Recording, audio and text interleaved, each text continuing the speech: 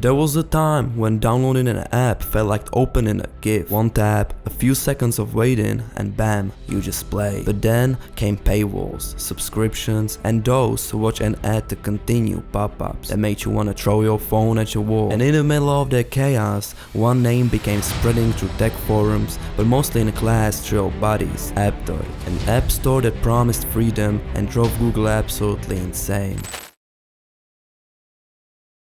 Aptoide was born from a simple question: why should one company control every app on your phone? Launched in Portugal around 2009, and it wasn't just another app store clone, it was a marketplace of bunch of mini stores. Imagine the Play Store, but each user could host their own shelf of apps. One for games, one for productivity, one for totally not modded versions of Candy Crush or Hungry Shark. It was a wild west of software, but that was exactly the point. It's like eBay met Google Play and they had a baby.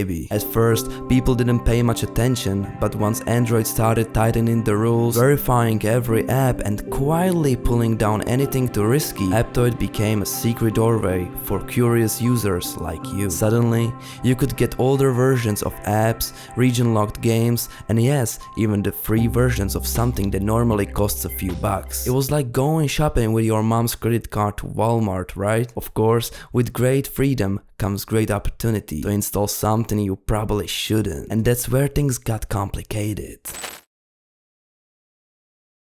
By 2013, Aptoide's user base exploded. Gamers and Android users loved it, but as downloads skyrocketed, so did the numbers of modded apps, altered the versions that removed ads or unlocked paid features. For users, it was digital magic. For developers, it was daylight robbery. Every fake purchase or modded asset within the game was long gone money for developers. Google, unsurprisingly, wasn't amused. They began waving big red flags whenever someone tried to install Aptoide, showing download pop-ups of Aptoide being a malicious software. But those warnings didn't scare everyone off, but quite the opposite. The moment you tell the internet, don't click this, everyone clicks it twice, right? That's the reverse psychology. So Aptoide kept growing, hosting thousands of apps across hundreds of independent stores. Each one could be themed, curated, and maintained by regular users like you. Some focused on indie games, other on utility tools, and a few, well, let's just say they were the reason antivirus companies stayed in business. Despite that, the concept itself was revolutionary. Instead of one giant gatekeeper, Aptoide gave people a decentralized network for Android software and apps. Still,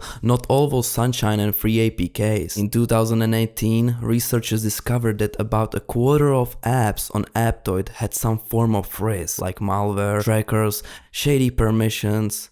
Yeah, it wasn't all Aptoide's fault though. Many uploads came from third-party users, but the damage to its reputation was already done. Suddenly, Aptoide became recognized like an app for sketchy downloads on some tech forums. Google doubled down, blocking installs from Chrome and marking the app as harmful. Ironically, those scare tactics made even more people curious. It's like telling a kid not to touch the red button, guess what they press next, right? Anyway, behind the scenes, the Aptoide team wasn't sitting idle. They built their own malware scanner, added developer verification badges, and introduced a system that flagged suspicious uploads. For legit developers, they added tools to publish safely. It was a rough time and it was a rough fix, but it started working. By 2019, many small studios actually preferred Aptoide because it was faster, cheaper, and more flexible. And for users in countries where the Play Store was restricted or censored, it became a lifeline. Then came the war. In 2020, Aptoide filed an antitrust complaint against Google in Europe, claiming Android's warnings and restrictions were killing the competition. Google, in turn, doubled down its defenses, making Play Protect pop up every time someone even looked at Aptoide. Downloads dipped and users panicked. Tech forums exploded with conspiracy theories. Some joked that Aptoide had become the forbidden fruit of Android. Others were just angry that their modded subway surface stopped working. But the lawsuit changed everything. European regulators began investigating how much control Google had over Android's ecosystem, and Aptoide suddenly found itself at the center of a global conversation about digital freedom. By 2022, the European Commission hit Google with massive fines for anti-competitive behavior. While Aptoide wasn't the only reason, it was one of the key players that pushed regulators to act and do something. For a moment, it looked like the GTA 6 is coming this year, and Aptoide took that moment to rebuild itself and rebuild its image to the fullest potential. Cleaner store, better security, verified apps, and even partnerships with game developers who wanted an alternative to Google's system. It was no longer the pirate ship of Android, and I have recently downloaded it again, and let me tell you, I was shocked. The UI looks amazing, and you can pretty much find every app or game you like. Downloading old builds of Minecraft or cheating in Subway Surfers, yeah, it's not a problem. But just as things were looking good, boom, in 2020 a data breach exposed around 20 million accounts. Emails, hashed passwords, and some payment details leaked online. For a company fighting to prove its trustworthiness, that was like getting smoked by Prime Mike Tyson. Users fled back to Google Play. Developers paused uploads, and tech sites declared Aptoide's finished. Except it wasn't. I hope I could tell this to my girl too, but anyways, the company publicly apologized, launched bug bounty programs, and even open sourced their security tools for public inspection. It's like handling your gun to your biggest enemy. You don't see that kind of transparency every day, especially not from a company known for modded apps.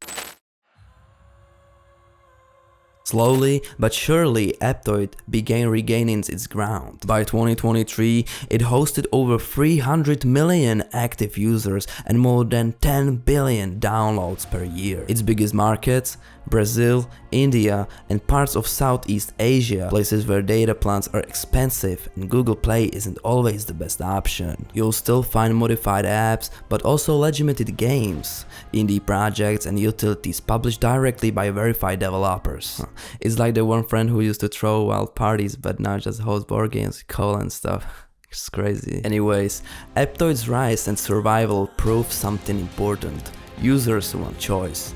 For years, app stores told us what was safe to install, but never asked what we actually wanted. Aptoide gave people that freedom that forced giants like Google to rethink their grip on Android. In a way, Aptoide's stubborn persistence helped shape today's push for multiple app stores and sideloading rights. Of course, it's not perfect. Some modded apps are still questionable and security risks never vanish entirely. But the Aptoide's team seems to have learned from the past and is still alive in an ecosystem where most competitors didn't survive. So, what is Aptoide today, you might ask? It's part Bart, part Homer, and part Moe.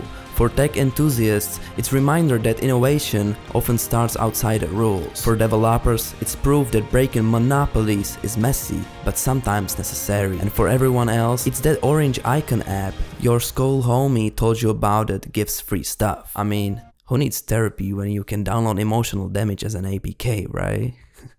Anyways, a decade later, Aptoide still stands, scared, smaller, but undeniably influential. It showed the world that even one small company from Portugal could challenge the biggest name in tech industry and make them sweat. And whether you like it or hate it, Aptoide changed Android forever. So next time your phone warns this source is not trusted, remember, sometimes that's exactly why people trust it. And I see you in the next one. Peace.